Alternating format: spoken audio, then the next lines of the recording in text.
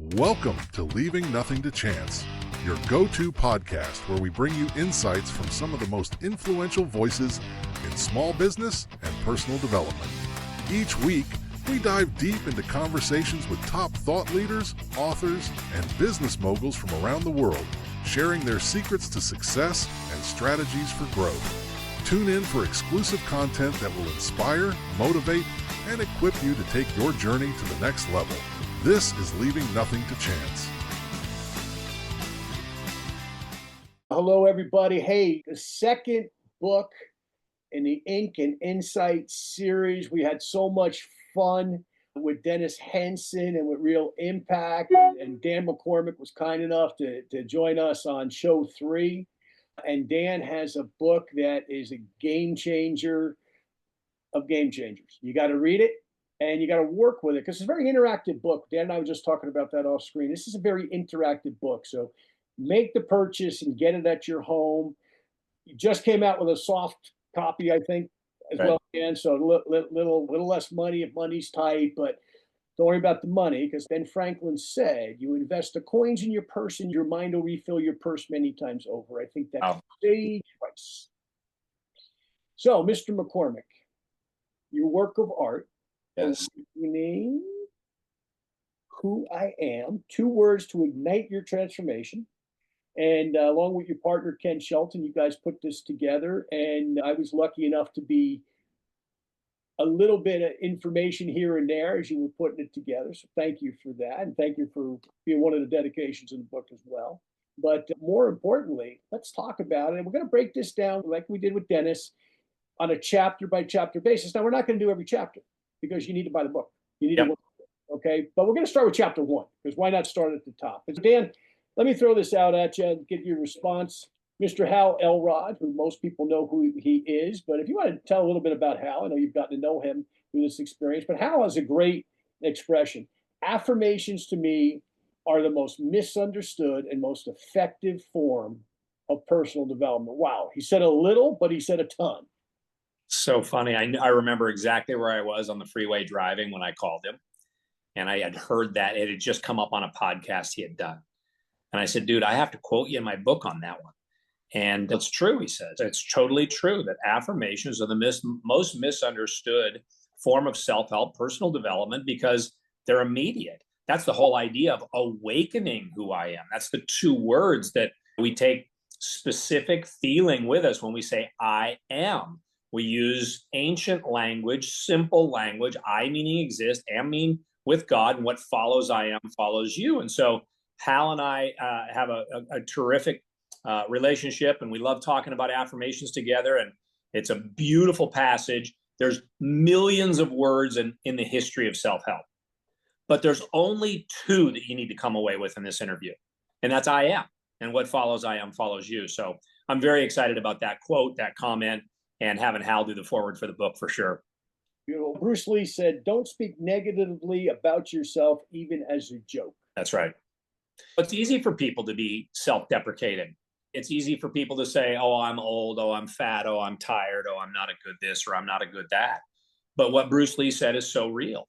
And so we have to figure out if we really want change in our life, if we're willing to make that paradigm shift and start figuring out when filtering for higher quality words. Let's filter for a better answer. And I really think that's so true. And Bruce Lee is one of my favorite athletes in the world. And I use that quote all the time. It's so very true. Don't joke about who you are, because your body doesn't know the difference. Amazing. Amazing quote. You use some really great affirmations here, some famous people from Muhammad Ali to Peter Vidmar, an Olympic champion in gymnastics many years ago. But the one I want to talk about a little bit is what Jim Carrey, the actor, did back in 1985 when he wrote himself a check for $10 million for acting services rendered. And not too long after that, Dumb and Dumber came along for $10 million. Yep. Mention that a little bit. Talk about it. There's a lot of cool examples about that, right? Because when we write something down, we feel things differently. And then when we have a picture of that check, it becomes visual. And so we start stacking. We talk about this at the end of the book about sensory stacking. we start stacking all of these ideas. So I have this coin that's with me all the time. I think you have one too. And it's, I am a magnet for miracles, right? And so I literally say I'm a magnet for miracles every day. But let's bring something even maybe what a lot of self-help people would recognize as well. And that's John Assaraf in the movie The Secret. When he pulls out a picture, they're moving into their new home, and he's pulling out a picture of the home he just moved in that was on his dream board years ago and he had forgotten about. Yep. And so when you think about the power of I am intentional, and you start stacking all of these things, look, you are going to create incredible successes in your life if you stack all these things and you believe it. And Jim Carrey believed every single day. John Assaraf believed every single day. And I believe every single person that's watching this today can say every day, I am a magnet for miracles, and you're going to watch miracles start flowing into your life. Let's talk about how Elrod for a minute here and Miracle Morning, because it's a phenomenon what's been happening with that. I know you're a disciple of it, certainly, as are so many people listening to our show. But Hal says a number of things here in the book. One of the things he talks about is the amazing difference that his morning routine made in his own life, that he eventually turned into what he's turned it into. But talk about that a little bit, because it seems to me, Dan, and I know you and I text each other sometimes, and you live 2 hours, west of me, and I'll text you at 7 o'clock in the morning, and you text me right back, or vice versa, because we're up. Yep. And I know Elon Musk is up, and I know Donald Trump is up, and I know Warren Buffett's up, and I know people who win generally get up early and attack the day versus letting the day attack them. But talk about that premise a little bit. I love it. I love to talk about Hal so much because I love the man so much. But not only did his book have an impact on me, but it was the genuine, authentic guy that made the documentary that showed me that he could have a head-on collision, be pronounced dead for 6 seconds, 11 broken bones, may have permanent brain damage, figure out how he's going to write. How do I recover? How do I rebuild my life? His wife helps him name the savers, and that is silence, affirmation, visualization, exercise, reading, and scribing. And so Hal's saying, how do I put all these great ideas of the great self-help gurus into 5 minutes or 50 minutes and start my morning? We look at the New Testament, we see Jesus himself goes off in the morning to the high mountain, into the hills, so he could have ponder, quiet, meditate, time, all these things. There's a pattern to this. Og Mandino had you read the scrolls 3 times a day, morning, noon, and night. You have Ben Franklin rehearsing the 13 virtues every day for the balance of his life for 64 years. There's a pattern. This is a embedded code in the way life can work, and it's called neurogenesis. And what that means is that when you and I go to sleep at night, that the new baby nerve cells that are being born in your brain are ready to be programmed the next morning. So what do you want to program them with? Now, I watched my mom get up as a kid, and the first thing that she did was drink coffee and smoke a cigarette. So that's the paradigm that I came with. Open the newspaper, and then the day was rolling. Now, today, we have other devices or vices. And so when you wake up, what's the first thing you're going to have? And so I created an 18-minute affirmation video so that my brain could spend 1% of the day and hear over and over those 7 affirmations, hear over and over again that I am a magnet for miracles, and that gratitude attracts miracles. And so who's going to listen to this today that's going to be the new miracle best friend in my life that changes their life? And lo and behold, here we sit, 1% of our day to listen to an 18-minute affirmation video that helped me go deeper, that helped me peel away the onion, that helped me realize that in order to write a great book, you have to become the book. And I think we did that. You did. I'm loving. I'm enjoying this book immensely. You mentioned here about the universal applications of affirmations, and you referenced Hinduism and some of the sacred words that are repeated as a mantra there. The Buddhists, what they do with their ohms, part of most yoga classes for that matter, the Stoics, the ancient Greek philosophers, and of course in the Bible that you just mentioned. But go a little deeper on that, because success leaves clues. These are successful organizations, if you will, that have been around for thousands of years. We wanted to, at the beginning of the book, why would we use the number 7? Okay. And so we go through that at the beginning of the book. And then what is the ancient origin and history and Sanskrit and different faiths and beliefs and cultures and religions and origins and etymologies, and all of these things that just really bring it back to the two words. It's just that simple. Remember to use positive affirmations. Regardless of where you're at in your journey, just remember that I am. It's the two words to ignite your transformation. It's been used universally. It's been used by God himself when he introduced himself to Moses in the Old Testament. He says, I am that I am. And so we can see the book of Joel say, I am strong.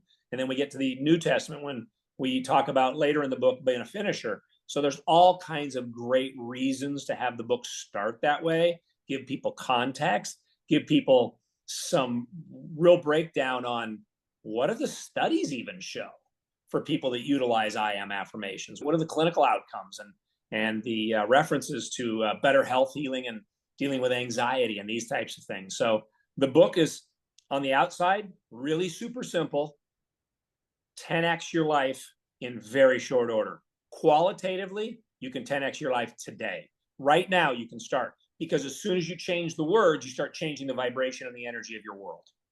One of the things you guys did an amazing job on too is taking scientific, evidence-based scientific studies with religious principles of the religions we just mentioned, the world's major religious groups, and really put that together and just qualify and quantify what's really said by once again, thousands of years of evidence to support it. So go a little deeper on that, Bill. Was that something you guys wanted to do, or did you just, as you were doing it, you just said, hey, wait a minute? Yeah, no, I really did. There's a cardiologist named Dr. Herbert Benson from Harvard, and he wrote this book back in 1980. It's called The Relaxation Response. And so really what he's sharing is what happens to the mind and the body when you take time to meditate, you take time to ponder, to breathe, to just let it all happen, to get quiet, to write in your journal. All of these things stack. And you're a weightlifter, you're a body, you understand stacking. You're not going to lift the kind of weight you lift unless you leverage properly and use the right muscles, right? You're not going to get out of life what you want if you don't stack those I ams and let this incredible space heal and find value. That those 18 minutes, those few minutes every morning in your journal, your breathing, your exercise, your yoga, there's remarkable benefits. So we wanted to put some references in the book that had some value to people that deal with anxiety. For me, it was ADD, ADHD as a kid. I didn't know why I couldn't learn. All I knew was I was embarrassed. I didn't know. It was just, school was just too hard for me. Writing was hard, reading was hard, speaking was hard, everything was hard. And so thank goodness I had a mom that taught me how to read the sports page. That transitioned into learning to love books, meeting my wife, Og Mandino, Stephen Covey, and the list goes on. And here we sit today as an author of a book. Who would have thought?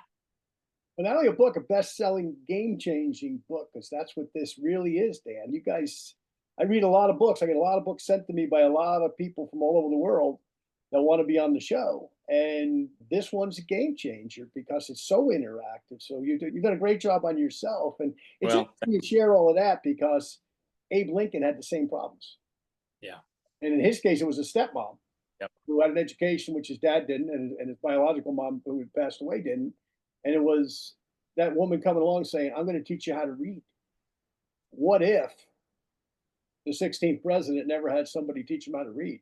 We never heard of him. So let's stay on here, Dan, because there's some fascinating stuff that you guys are talking about here. But I picked up that point, and then you guys illustrated it, kind of where the merger. Because sometimes we think if we're real religious, that we have to discount science.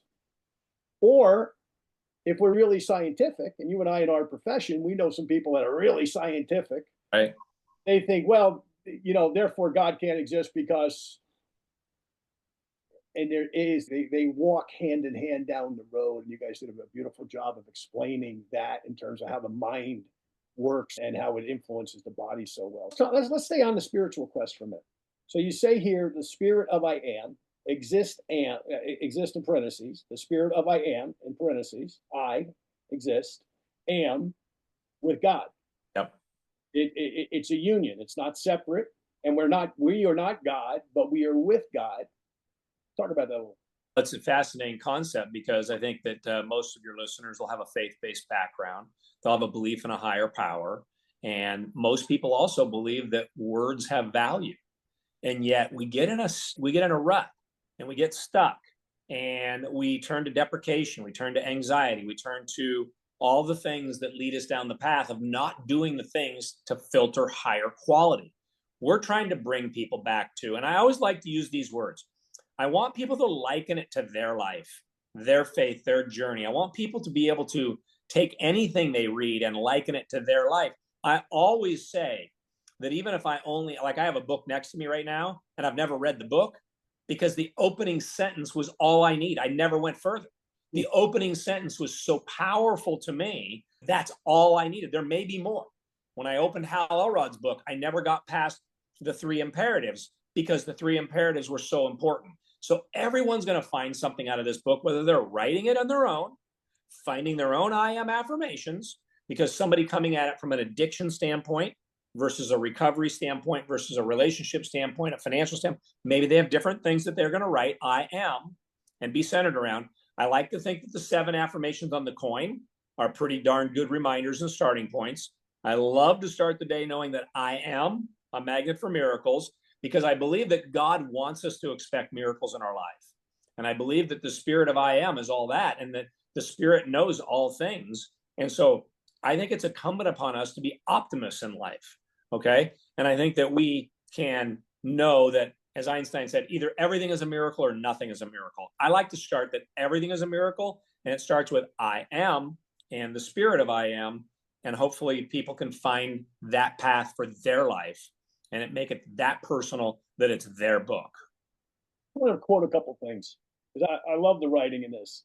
And now let's go to science. So we talked about the religious side of our brain, right? Let's talk about the scientific for a minute. When making affirmations, you make the voice and vision in your imagination stronger than your current conditions. Absolutely. Wow. Assume the wish fulfilled is what Neville Goddard would say. We want to be able to write the affirmation. We don't want to lie to ourselves. But if I say I am a finisher, or I'll even go to the first one in the book, I am a creator, and yet historically I haven't been, I immediately am as soon as I pick up my journal and start writing. I'm creating something. As soon as I meet a new person and I start becoming interested in them, I am becoming their friend. I am creating friendships. As soon as you schedule the family barbecue, you're creating family memories. So you're always in creation mode the moment you start your day, if you choose to be, versus the rabbit hole of the things we talked about a few minutes ago. I like to say that I want to invite everybody to flow before phone. Everything you do, get ready for the day. Don't go to the day and the app and the email and the Instagram and the Facebook and all the things that then take you hours to get back to. I am a creator. I am a co-creator. I want to flow before phone, and that will set up my intentions for the day.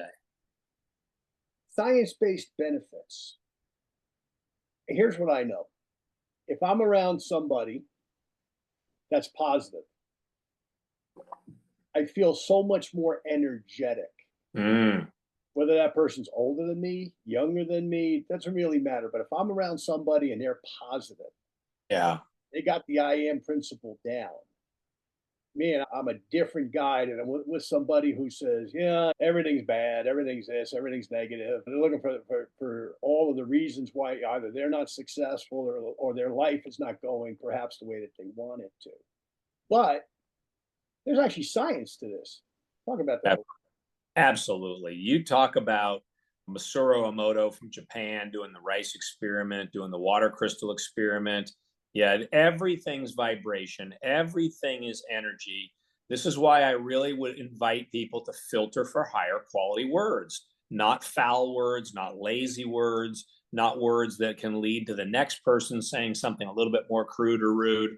We want to filter for higher quality, because what Bruce Lee said, never joke about who you are, because words have vibration and energy. What did Mandino invite us to do? Read the final scroll every night out loud so we could hear it in our voice. We could hear the vibrational energy of saying, I am nature's greatest miracle. Or in Augh's case, he might have said, today I begin a new life.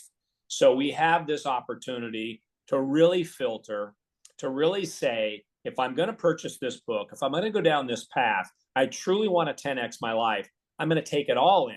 I'm not going to pick and choose and say, I am a creator on one hand and use derogatory defamations on the other hand. Harmony, vibration, energy, frequency, flow all come together synergistically, and that'll change your life. When you think about some of the winners that our listeners are familiar with, contemporary people, Muhammad Ali, for example. Muhammad Ali never thought he was going to lose. Right. He was more shocked when he lost than as one example. Our current president, Donald Trump, same thing. Never goes into any situation expecting to not have the right outcome. Love him or hate him, he's always got that attitude that he's going forward. A student of self-development, by the way, and also as a kid, okay, Dr. Norman Vincent Peale, the power of positive thinking was what Fred Trump raised. And let's say Ali and Trump were controversial. Let's think of somebody who maybe isn't. Tom Brady. Brady never got on the field without thinking, I'm throwing 4 touchdowns and I'm walking off the field with a W. And it doesn't always happen that way, right? Because that's called life. But there's so many people that we could think of that just have that winning attitude. And they generally always wind up winning. Absolutely.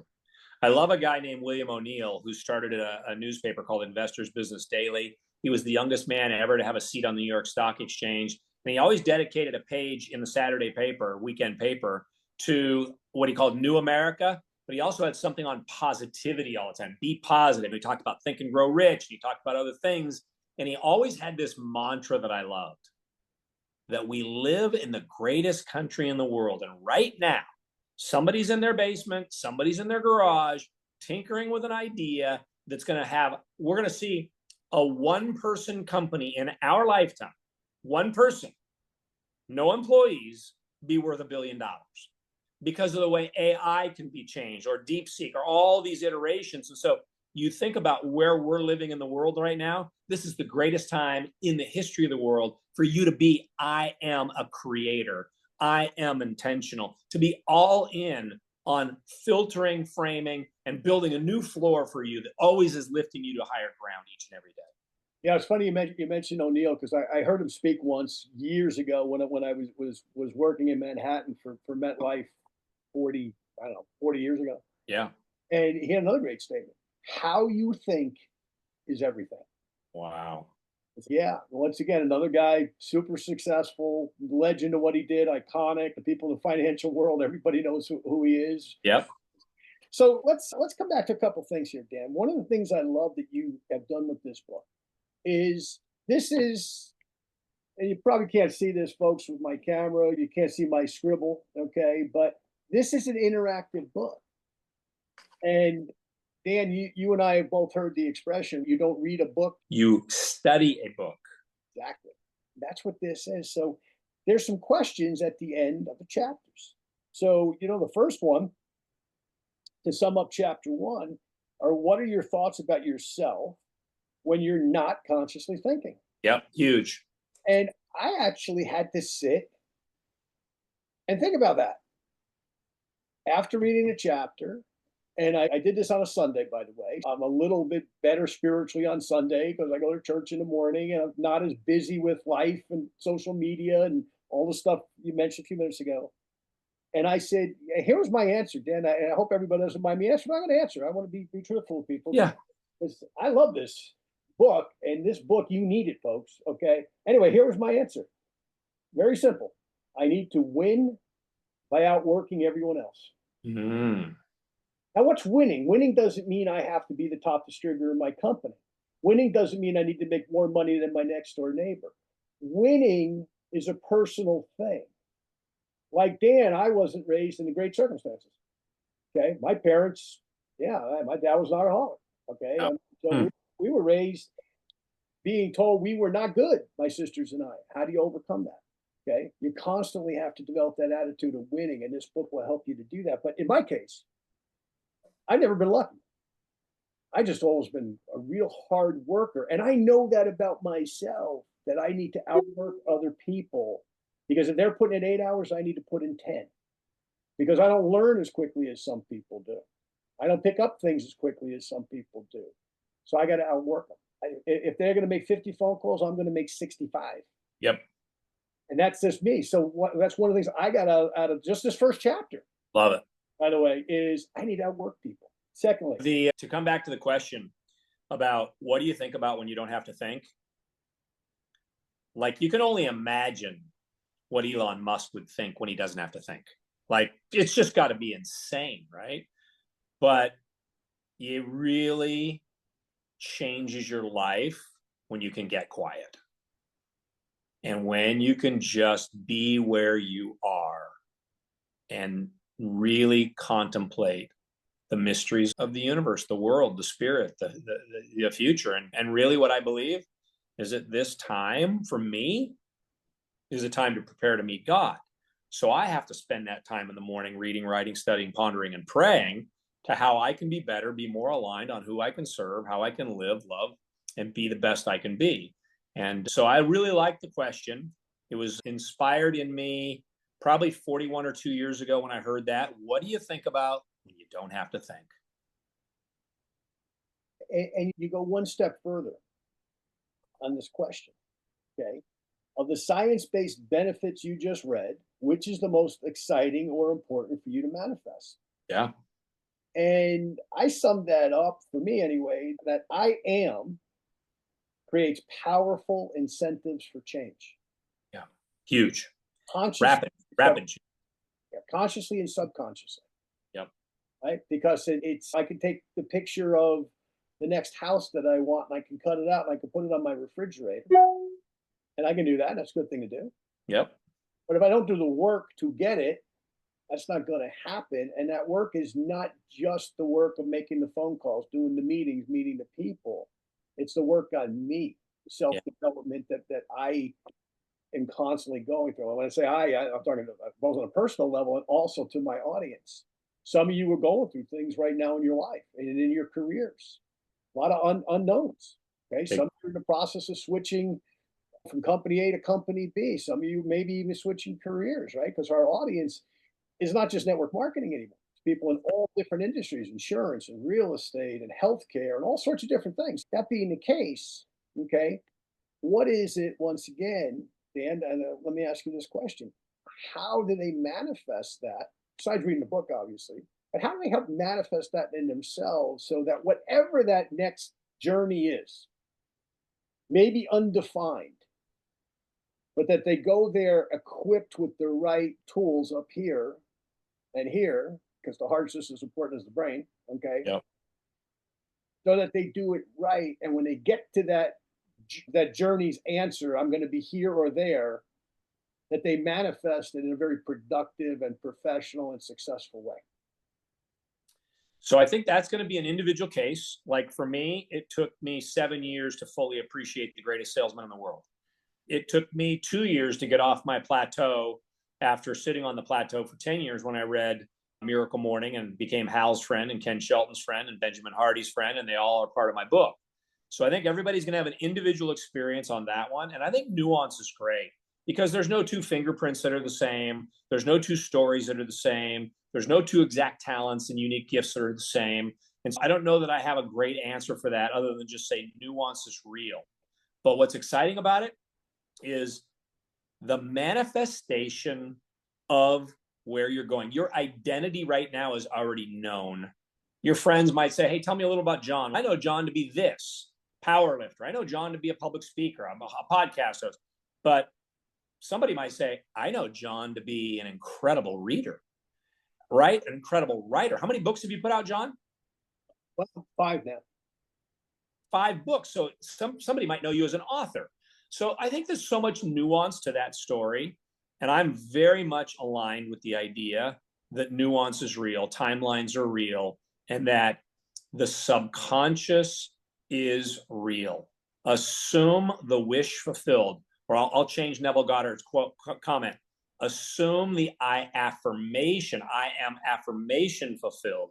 Just get on the path and start living it and operate from your future self and make decisions based on your future self. So that if you want to say, I am an author, you're operating from the finished product, you're investing from the finished product, you're working out from the finished product. All of these things are stacking so that you manifest what it is you want to bring into the world and who you want to become. I love everything you just said there, Dan. And when athletics, a lot of times before a game or before an event, they quiet the locker room just so you can contemplate what it is you're about to do. Yeah, that's great. For example, we just finished the Super Bowl. As we do this interview, people won't see it till March, but the Super Bowl just finished this weekend. One team came out of the locker room very clear on what they wanted to do, and they did it. The other team seemed like they were a little asleep at the switch, including the coaching staff, right? And one team won, the other lost. Okay, great. Those guys, they're great. They all make a lot of money. Good for them. But at the end of the day, we got to do the same thing. I think back to when I was a competitive athlete, when I was a serious competitive athlete when I was younger, and how I would see myself the night before, how I would grip my opponent, what I would try to throw them with, how I would start the fight. And I was coached to do that by my Japanese sensei. And one time he took us out. This is really interesting. I never told you this story. I don't know what I'm telling you now, but let me tell it anyway. We can always edit it if we have to. But he took me out with two other guys. And it was a Friday night. He said, bring a camping bag, bring water. Okay. He dropped us off in the cemetery. Oof. And he said, I'll be back early tomorrow morning, guys. What do you do in the cemetery? Yeah. And we said, what is this about? We're not kids, we're adults, but we're young adults. And he said, I want you to contemplate your life from cradle to grave. Wow. Heavy. Love that. And we did. And we sat up half the night talking anyway with the other guys. But then you start to think, cradle to grave. The cradle part's over. Yep. What are you going to do between whatever that point in time was, okay, till the end? And that's cool story. Part of what you guys did is you stimulated that thought process in me and probably in tens of thousands of other people as they get their hands on this book and get their minds around it. What are you going to do with the remaining time that's undefined? And that great question. And everybody's going to answer that for themselves. That's the whole idea of the seventh affirmation in the book. Or even we could go to the meta affirmation in the book, and that is, I am the Lord that healeth. All of us need healing for some area of capacity in our life. And I think there's a quote in the book, maybe it says something about not everything can be cured, but everybody can heal. And I certainly hope that people can recognize your story there and take it for what it is. And that's why the seventh affirmation is so incredibly insightful and valuable. We'll get to that in another session.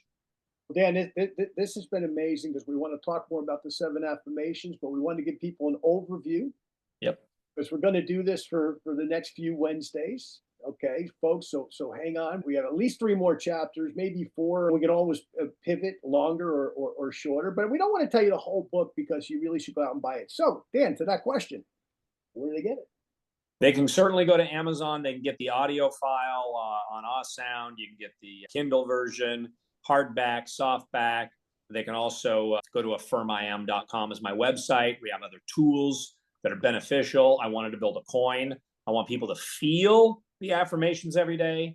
They also have access to other tools and offerings that we'll be having there, future newsletters, things of that nature, and new books that are being written right now, too. That's going to take people to a whole nother level. So affirmiam.com or Amazon for Awakening Who I Am. And never forget, every author loves a good review. Hope you'll give us one. And one other thing, folks, okay, you're going to get a chance to actually meet Dan. If you've never met Dan, is a real guy, as you can probably see. He's a real person. He is a student of self-development. You see all those books behind him there. He's read them all, and ones that are sitting in boxes in his garage. He is a student of self-development. I don't think I've ever known anybody better at being a student of self-development and sharing that, Dan. I mean that. I've known a lot of people are real good at it, by the way. The bar is very high with what you've done. My compliments to you. You've done an outstanding job with this. Folks, get the book, but you're going to have a chance to meet Dan, because just like we did with Dennis, okay, by the time you see this, we will have done our live kind of wrap-up interview, and some of you will have participated in that. We're going to do the same thing with Dan. We're done with these sessions that are recorded.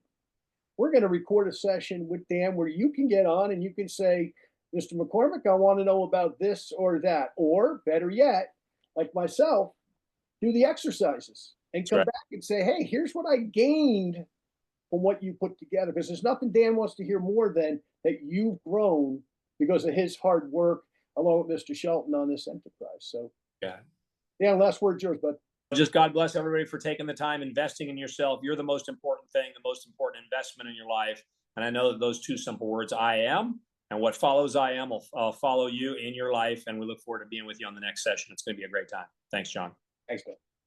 Thank you for tuning in. Be sure to check back weekly for more exciting episodes. And don't miss Ink and Insight every Wednesday, where we celebrate iconic authors and dive into their impactful works.